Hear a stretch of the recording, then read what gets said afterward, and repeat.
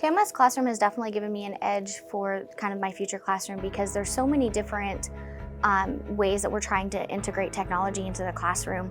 And with the whole pandemic and everything, this has brought to light a whole bunch of resources that are available for kiddos.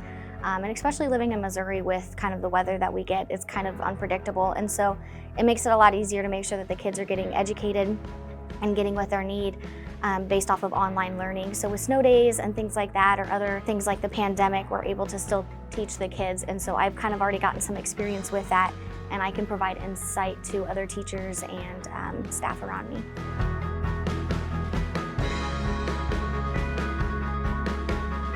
One of the biggest things that UCM taught me through the School of Education is that it really just paying attention to the students' needs, what the students are lacking, what they're needing, what they're doing well, all of those things, and really just building student relationships, but also giving the power to the students, giving them the voice of their learning, letting them know what they're learning, why they're learning it, and also giving them the ability to kind of track their learning and be a part of their learning as well.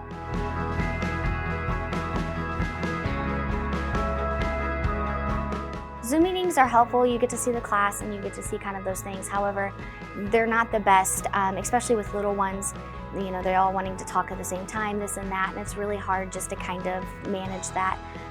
With the online thing and with this PBS project, I'm able to kind of create lessons where I could just give these to the kiddos to watch and they can interact with home. Or it's something that I could even just play in the background on a Zoom meeting or a conference call with them, and we can talk and discuss and have that. So I'm able to see that I can actually still teach my students rather than just trying to do things through Zoom. I can still plan meaningful lessons where the students are really going to learn and be engaged.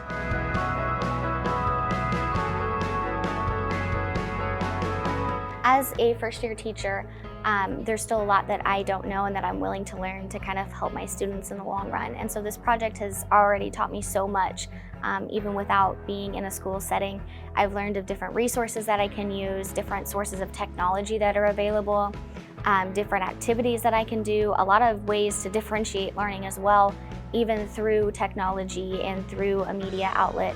I've learned just a whole lot already that I can apply to my classroom and help my students with their own needs and their own learning.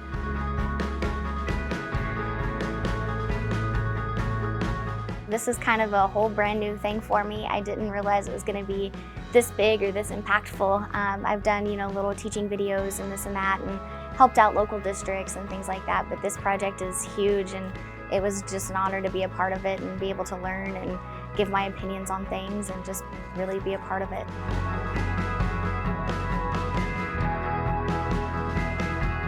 When I was a kid, the technology was a little bit different than what we're dealing with today. They have so many more resources and things available to students. Back when I was a kid, they had the overhead projectors and things like that.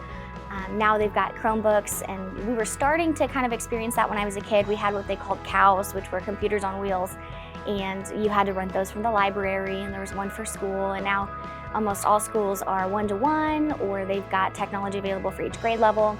There's iPads and Chromebooks and Macs, and just all of these different resources, along with online technology as well. There's so many different resources like PBS and Scholastic and things like that that are available to students online as well as in person, which I think is huge.